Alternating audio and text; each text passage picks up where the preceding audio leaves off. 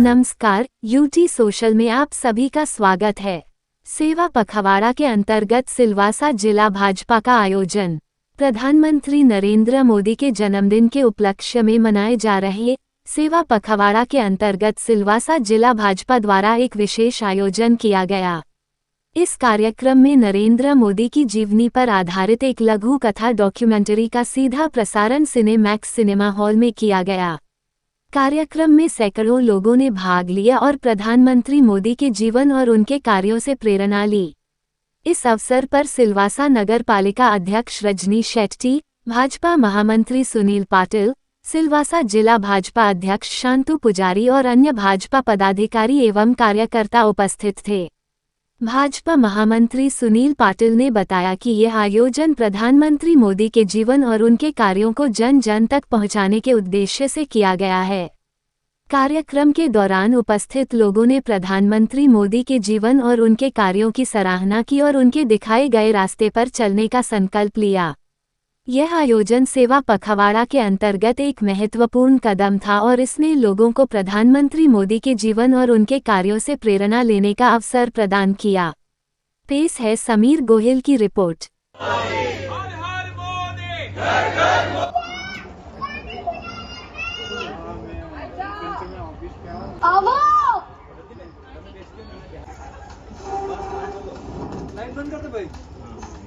मगर मैं किसके लिए जी रहा हूँ?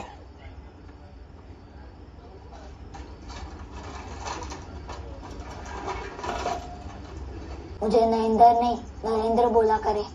नरेंद्र ना કેટલું હારું છે ને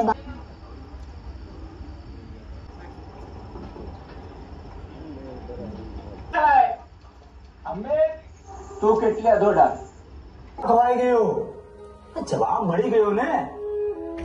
अच्छा सुन, हरीश की मां मिलेगी स्टेशन। मैं समझा नहीं। यह किताब में मेरे को एक बात बता, भगत सिंह, सुखदेव, इसका मतलब वो खुद के लिए नहीं, देश बोलेगा ना।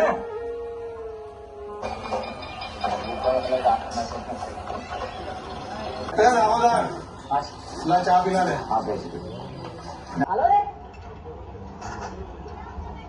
चल મારું હાલટેન બંધ કર, બાપાને સુઈ તેલ મરાય।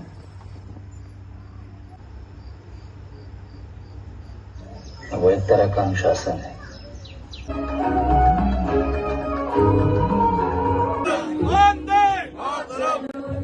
हर हर मोदी। वो भी कम दामों में ऐसे करेंगे तो उन्होंने हमारे देखा आप लोगों ने ये मूवी। तो हमारे मोदी कैसे हैं? ऐसे है। मोदी जी के मन में बचपन से ही गरीब लोगों के लिए सद्भावना थी और उस एक मंत्र को कि मनुष्य जीता है, जिसका जीना दूसरों के लिए जीना होता है वही जीना होता है, ये मूल मंत्र उन्होंने पकड़ लिया बचपन से ही और उसी चीज को आज भी वो जी रहे हैं। मोदी जैसा प्रधानमंत्री हमें मिले हैं। कंटिन्यूस 3 बार अगर कोई प्रधानमंत्री बने हैं तो भारतीय जनता पार्टी के प्रधानमंत्री श्री नरेंद्र मोदी जी बने हैं। हम बहुत ही विश्व के सबसे लोकप्रिय नेता और देश के यशस्वी प्रधानमंत्री आदरणीय मोदी जी के जन्मदिवस के अवसर पर और सेवा पखवाड़ा के अंतर्गत आज सिलवासा शहरी जिला द्वारा आदरणीय प्रधानमंत्री श्री नरेंद्र भाई मोदी जी की बचपन की एक लघु कथा का आयोजन किया गया था। पर आप देख सकते हो इस लघु कथा को देखने के लिए 150 से 200 लोग आज यहाँ पर उपस्थित थे और आदरणीय प्रधानमंत्री जी के जो बचपन की कुछ बातें इस लघु कथा के अंदर हमें दिखाई गई है।